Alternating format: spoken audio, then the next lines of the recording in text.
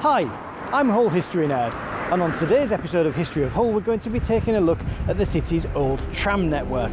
Gone, but not entirely forgotten.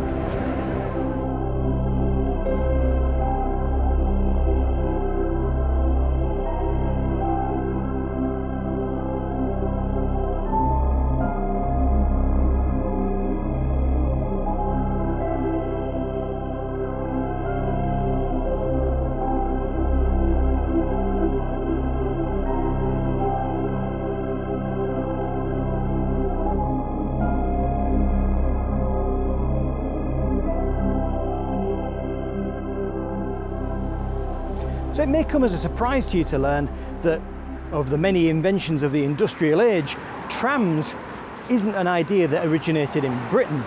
It actually comes from the United States. But the reason for that is still something that we can feel a little proud of today. And the reason is that the American streets were apparently terrible condition.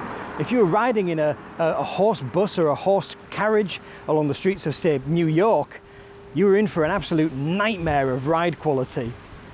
And so in the 1820s and 1830s, a network of street trams started to appear in American cities, giving much better ride quality than you would get in a horse-drawn vehicle. And we didn't need them across here because our streets were better. But that was until we realised just how efficient their system had become. At that point, Britain started to get very, very interested. In the 1860s, an American businessman and entrepreneur, somewhat ironically called George Train, inspired by the streetcars of his home, built a street tramway in Birkenhead, which proved modestly successful, though he was arrested whilst trying to lay a similar line down the streets of central London. The major problem with his tramways was that the rails themselves were laid on top of the roads rather than being embedded in them, which created a major obstacle for horses and carts, and indeed people. Train's efforts in Britain were largely unsuccessful, and he returned to the US where he tried to become president and ended up as a major supporter of trains. Meanwhile, in the UK, others had started to notice the interest in public tramway systems in major towns, and the government issued the Tramways Act of 1870. The one stipulation of the 1870 Act that seems to be somewhat restrictive was forbidding the local authority themselves from actually operating a tram service, although this would be changed by 1896. In Hull, the first company to pick up one of these contracts was the Continental and General Tramways Company, who in 1872, after gaining the permission of Parliament, started to build a network of tramways radiating out from the town centre along such arterial routes as Beverley Road, Holderness Road, Springbank, Hessel Road and Anlaby Road. They didn't last too long, however, and their operation was bought out by another company, the Hull Street Tramways Company, by only 1875. The first branch of this to be opened was the Beverley Road stretch, followed in 1876 by Springbank, and by 1877 all of the others. Unfortunately, it turned out that these early horse-drawn trams were dangerous. Accidents were commonplace, often including serious injuries such as amputations or even deaths. And the Hull Street Tramways Company had to pay a lot of compensation, as well as the maintenance of the rails and carriages. This burden proved too much for the company to bear, and by only 1891, the stretch along Holderness Road was sold to the Drypool and Marfleet Steam Tramways Company, who had some ideas for improving the trams and increasing the safety record. The new company was originally put together by a group of local businessmen who'd originally planned to open their own line along Heddon Road towards Marfleet, as the company name might suggest. But the opportunity to buy a chunk of the competition and establish a monopoly in the quickly growing part of East Hull was far too much to resist. Their idea for safety was to do away with horses entirely and replace them with steam engines with a pair of two-axle locomotives that, to avoid the grisly accidents of earlier trams, had metal skirts covering the wheels almost down to the ground. They pulled coaches with bogies carrying as many passengers as a modern double-decker bus. But the company weren't around for long. The lease granted by Hull Corporation expired in the 1890s, and they took control of the city's tram network by 1896. Conversion of the entire network to electric trams rather than steam or horse-drawn began in earnest in that same year. This did require some serious work, because in various spots the tram lines had to cross the railway lines, and doing so with an electric tram system proved to be difficult. The kinks were eventually worked out, but the system was never perfect. Now, given that the horse-drawn tram era in Hull only lasted for about 20 years, and it ended 120 years ago, you would be forgiven for thinking that nothing would remain of this era. However, next time you're heading down Holderness Road, look out for this building just near the end of Jesmond Gardens, opposite Durham Street. This is the old Holderness Road depot for those horse-drawn trams, and it still stands. It was closed in 1899, and Jesmond Gardens itself is actually a new road that was built around the shed. Before it was built, the trams used to go in through the north side, straight from Holderness Road, rather than this side entrance that's been made just off Jesmond Gardens. Sadly, the two other depots from this era are long gone. The Regent Street depot on Hessle Road would have been where the Clive Sullivan Way flies over the Hessle Road roundabout today, and the Temple Street depot just off Beverley Road is now nothing more than just an empty space at the end of a set of industrial units. But it's quite nice to know that at least one of these buildings has survived into the present day. I can't tell you how many times I've walked by this building as a kid and as an adult and never known just how old it was or what it used to be. As an interesting aside, it was because the tram extended this far up Holderness Road that it was decided to build East Park just a little further along, making it a perfect short walk from the terminus to the park. Electrification of the tram network in the city was completed in 1899, with a grand opening, as Victorians always like to do. Power was provided by a purpose-built power station on Osborne Street, and I'm not entirely sure because I can't find any references to it, but judging from the maps, there's only one building marked with a chimney, and that's pretty much where Primark stands now, so if anyone has any better information, please let me know in the comments.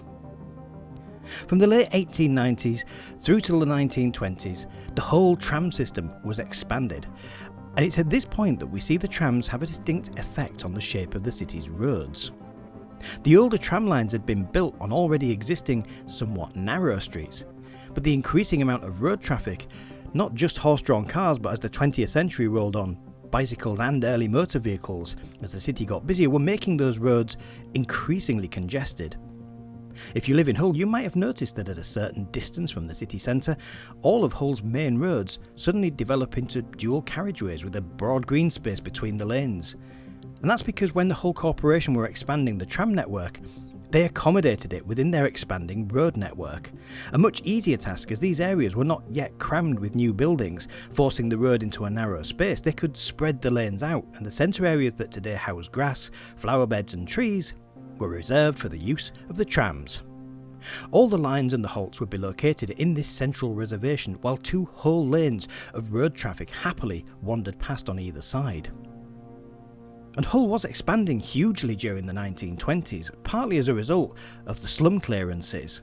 A huge area just to the south of Castle Street and just north of Albert Dock were being razed to the ground, all the court housing with poor sanitation because it was unsanitary. They weren't connected to the sewage system a lot of the places.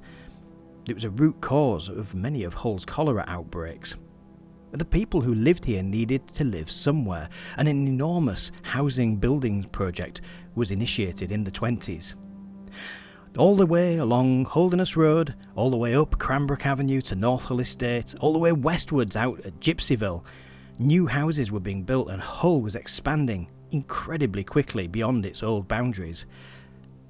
These new trams that would be running in the middle of these central reservations would actually be feeding these new residential areas. In other areas of the trams network expansion, they changed existing roads such as along Princess Avenue. Prior to the trams, Princess Avenue had had a pair of ornamental fountains like those still on some of the nearby avenues, one outside the entry to Pearson Park and one at the junction of Park Grove.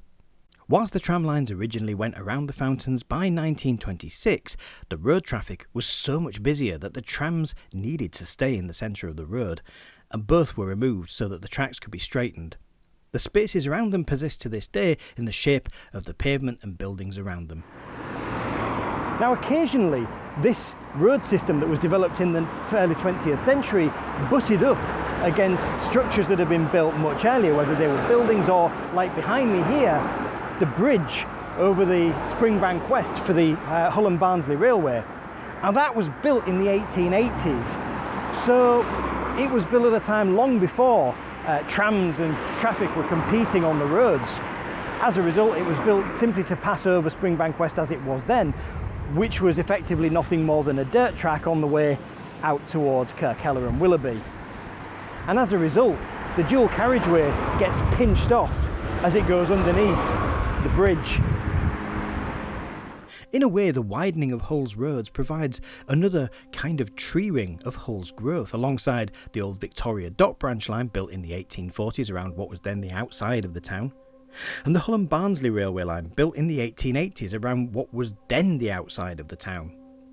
These green spaces between the road lanes start at what was then the very edge of the city of Hull, which was earmarked for that future housing development.